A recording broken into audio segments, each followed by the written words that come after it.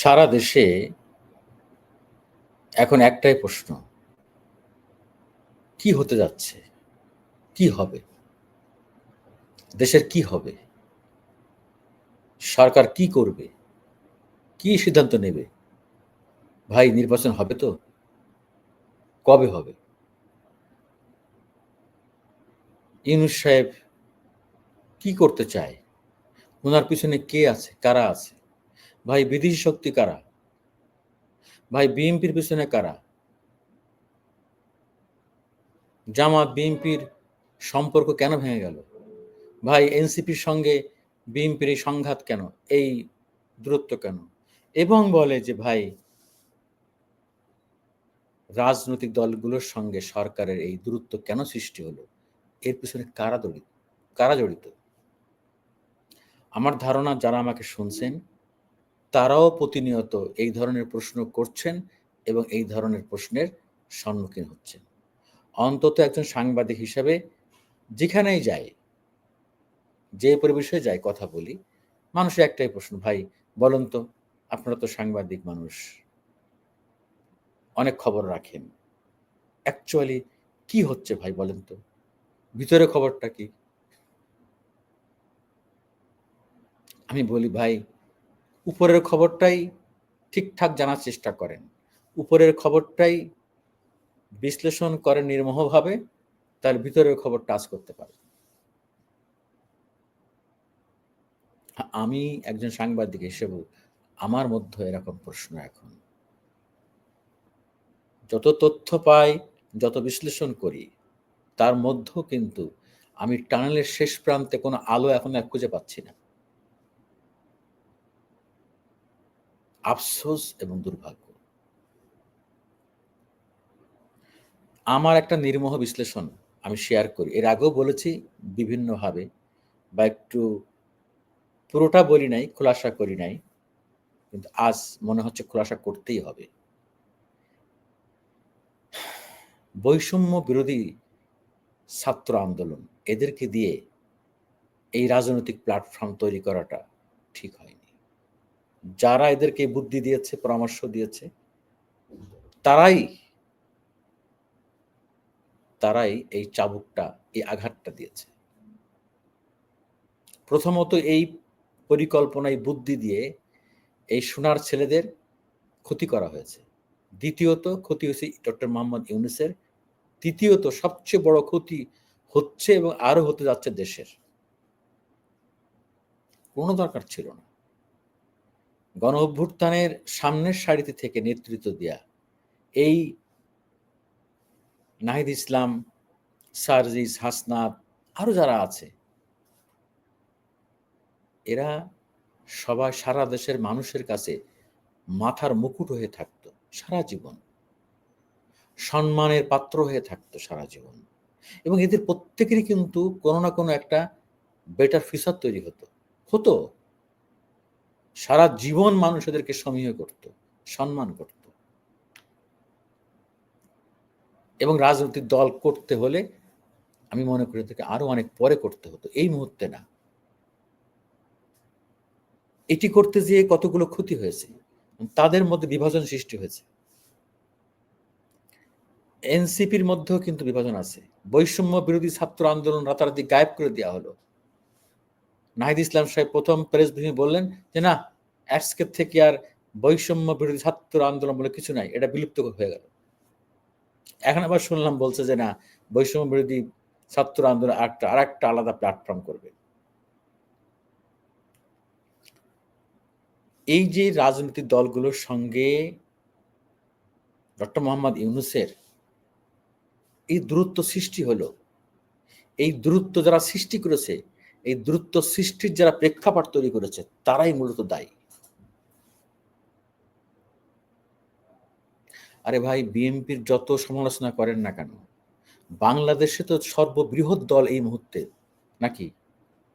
যার একেবারেই প্রান্তিক পর্যায় পর্যন্ত, যার রুটে গ্রাম, পাড়া, মহল্লা পর্যন্ত যার নেতাকর্মী আছে। আর এটা তো একদিনে হয় নাই। নানা রকম ঘাত প্রতিঘাতের মধ্য দিয়ে হয়েছে।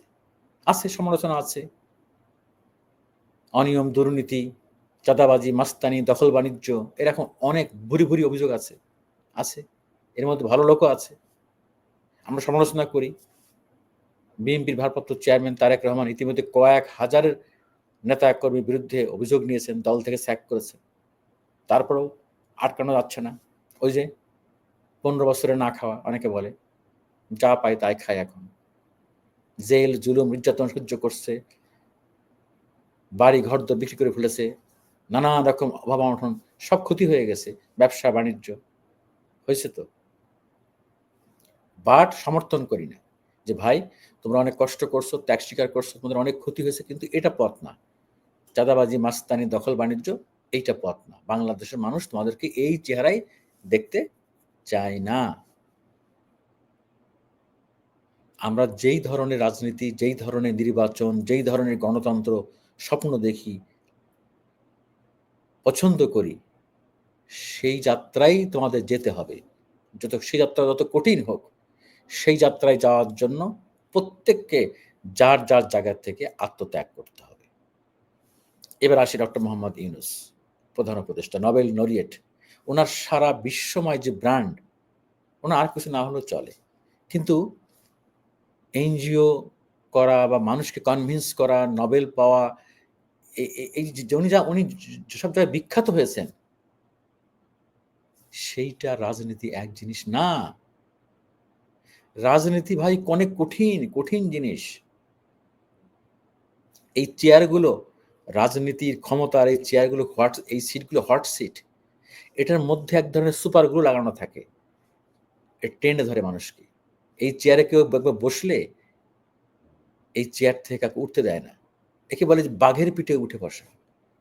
আর যদি প্রথম দিন থেকেই আপনি অ্যালার্ট থাকেন যে এটা বাঘের পিঠে, এটা এক ধরনের সুপার গ্লু লাগানো থাকে, তাহলে আপনি খুব সাবধানে বসবেন এবং প্রতি মুহূর্তে নিয়ত করবেন যে আমি আমি আমার এই 1 মিনিট পরেই, 1 ঘন্টা পরেই আমি এটা ছেড়ে দিতে পারি, ছেড়ে দেব। কোনো দরকার ছিল না ছাত্রদের দিয়ে একটা প্ল্যাটফর্ম করা, দল গঠন। এই যে এখন যে মহাবিপদ, সবাই তো বিশ্বাস করতে শুরু করেছে যে এটি সরকারের একটি দল এনসিপি, এবং সরকার পরোক্ষভাবে প্যাট্রোনাইজ করতেছে এই দলকে, এবং সরকার চাইছে যে আগামী নির্বাচন সেই সময়ে দেয়া যখন পুরো মাঠ প্রশাসন একেবারে সরকার এনসিপির নিয়ন্ত্রণে চলে আসবে, তাদের মতো প্রশাসন হবে, তাদের নিয়ন্ত্রণে থাকবে, তখন তারা ভোট দিবে এবং তারা নিদেন পক্ষে পার্লামেন্টে বিরোধী হতে চায়। ভাই এটা সম্ভব? আপনারা বলেন, এই সম্ভব? মানুষ আপনাদের ভালোবাসে, সম্মান করে, সেটি আরেক জিনিস, সেটা তো বিপ্লবের জন্য। রাজনীতি, ভোট আর বিপ্লব এক জিনিস না, এক জিনিস না। বিএনপির সঙ্গে আপনাদের লাগালাগি, জামাতের সঙ্গে আপনাদের লাগালাগি, চরম চরম ভুল, চরম ভুল সিদ্ধান্ত। এবং গতকালকে যে যখন আমরা শুনলাম যে প্রধান উপদেষ্টা, যে উপদেষ্টা পরিষদের বৈঠক করেছেন এবং সেই বৈঠকের পরে বলে দিয়েছেন যে উনি থাকছেন, উপদেষ্টা ডক্টর ওয়াহিদুদ্দিন মাহমুদ বললেন যে উনি যাচ্ছেন না। তারপরে যে একটি বিবৃতি দেওয়া হলো ওনার পেজে, সেখানে সেখানে তো অন্যরকম মেসেজ দেওয়া হলো যে আমরা যা চাই সেভাবে দেশ চালাতে না পারলে তাহলে জনগণকে সাথে নিয়ে পরবর্তী সিদ্ধান্ত নেওয়া হবে। এটা এক ধরনের থ্রেট। কোনো দরকার ছিল না। আমরা তো আপনাদের সরকারের অনেক ভুল ত্রুটি মেনে নিয়েছি, যে এই ভুল ত্রুটি হবে, এর মধ্য দিয়ে আমরা চাইছি এটা ইলেকশন। আমি মনে করি পরিস্থিতি খারাপ থেকে খারাপের দিকে যাচ্ছে, এই ডায়লগ কোনো কাজে হবে না। এই ডায়লগ তখনই কাজে আসবে যখন, আমি যে গতকাল একটা ভিডিও বানিয়েছি, প্রধান উপদেষ্টাকে জাতির উদ্দেশ্যে ভাষণ দিয়ে বলতে হবে যে ডিসেম্বর থেকে জুন না, বলেছিলাম এখন সুনির্দিষ্ট এই মাসে ভোটটা দিয়ে দেব, এবং সেটা বেশি দেরি করা যাবে না। ডিসেম্বর, জানুয়ারি, বড় জোর হইতে হবে ফেব্রুয়ারি, তো আলোচনা করতে হবে। আর এই যে দক্ষিণ সিটির ইশরাক ইস্যু, এই দক্ষিণের ইশরাক হোসেনের ঢাকা দক্ষিণের মেয়র পদের এই যে মামলা মোকদ্দমা করা, এটা তো ঠিক হয় না। প্রথমত ঠিক হয় না অনৈতিক যে বিএনপি যেই নির্বাচনটাকে বলেছে অবৈধ, ভোট চুরি নির্বাচন। যদি তারা বলে যে আমরা নির্বাচনে কম্পিট করেছি, মানুষ আমাদের ভোট দিয়েছে, ভোট ডাকাতি হয়েছে, ঠিক আছে ধরে নিলাম। আদালতের রায়ে যখন ইশরাককে বিজয়ী ঘোষণা করা হলো, তখন আপনারা একটা নুক্তা লাগাইলেন আপনাদের কেন এত চুলকানি দেখা দিল যে ইশরাকে আটকাইতে হবে?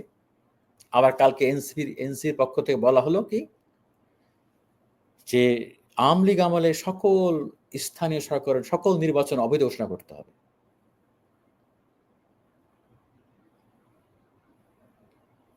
খুব খারাপ জায়গায় যাচ্ছি আমরা। এই লড়াইটা যদি যখনই রাজপথে নেমে যায়, খুবই মানে হতবাক হব না যখন যদি রাজপথে যেদিন দেখব এনসিপি বিএনপি মারামারি, ধাওয়া পাল্টা ধাওয়া, সেদিন ধরে নিতে হবে পরিস্থিতি আমরা একেবারে চূড়ান্ত পর্যায়ে, চূড়ান্ত খারাপের জায়গায় পৌঁছে গিয়েছি। এবং যারা এই পরিস্থিতি, এই প্রেক্ষাপট সৃষ্টি করতে চেয়েছিল, তারা সফল হয়ে গিয়েছে। এবং তারপরেই দেশের ভাগ্য আকাশে এক কঠিন বিপর্যয় নেমে আসবে। এবং সেটি আমরা দেখতে পাচ্ছি। যদি বলেন সালিশ মানি তাল গাছটা আমার, এই সালিশ করে কোনো লাভ হবে না। এখন যেটা হচ্ছে তাই কিন্তু গতকাল থেকে যে বৈঠকগুলো শুরু হয়েছে, বিএনপি, জামাত, এনসির বৈঠকের যে চরিত্র, যে চেহারা আমরা দেখেছি এবং সরকারের যে অবস্থান, কিছুই হয় নাই। যে যার অবস্থানে অনড়, কিচ্ছু হয় নাই। এবং আজকেও ২ দফায় মিটিং হবে রাজনৈতিক দলের সঙ্গে, ইসলামী দলগুলোর সাথেও আছে। কি হবে? সরকার যদি রিজিট করে ওই জায়গাটায় যে যা বলছি, ওই ভোট যা বলেছিলাম ৩০ ডিসেম্বর থেকে ৩০ জনের মধ্যে। এখান থেকে এটাই আমার ঘোষণা, স্পষ্ট ঘোষণা। তাহলে এই সংকট কখনো সমাধান হবে না। জুলাই গণ অভ্যুত্থান এক জিনিস, কিন্তু এই বর্তমান রাজনৈতিক প্রেক্ষাপট এবং রাজনৈতিক দলগুলোর সাথে আপনাদের লড়াই, এটা মানায় না। এটা খারাপ পরিণতি ডেকে নিয়ে আসবে। এতে করে লাভবান হয় প্রতিপক্ষ। প্রতিপক্ষ লাভবান হবে, প্রতিপক্ষরা মাঠে নামবে, মাঠে নামার স্পেস পাবে এবং মাঠে নেমেই যাবে। যাই হোক, যেভাবে সমাধানের পথ খোঁজা হচ্ছে, এভাবে সমাধান হবে না। বরং সংকট গভীর থেকে গভীরতর হবে। ওই যে আমি একটা ভিডিও বানিয়েছি গতকাল রাতে, দুর্যোগের ঘনঘটা। সত্যিই কিন্তু আমরা যদি আবারও ভুল করতে থাকি এবং যে যার অবস্থানে অনড় থাকে, বিশেষ করে যদি সরকার তার অবস্থানে অনড় থাকে এবং নির্বাচন পেছানোর বাহানা বা চেষ্টা করে, তাহলে পরিস্থিতি খারাপের দিকে যাবে। এবং আমরা সেই সেই সেই পরিস্থিতির পরিপ্রেক্ষিতে আমরা কেউ ভালো থাকব না। জুলাই গণঅভ্যুত্থান ব্যর্থ হবে, বাংলাদেশ ব্যর্থ হবে। ফ্যাসিবাদ আবার ফিরে আসার সমূহ আশঙ্কা আছে। দেশ ধ্বংস হয়ে যাবে।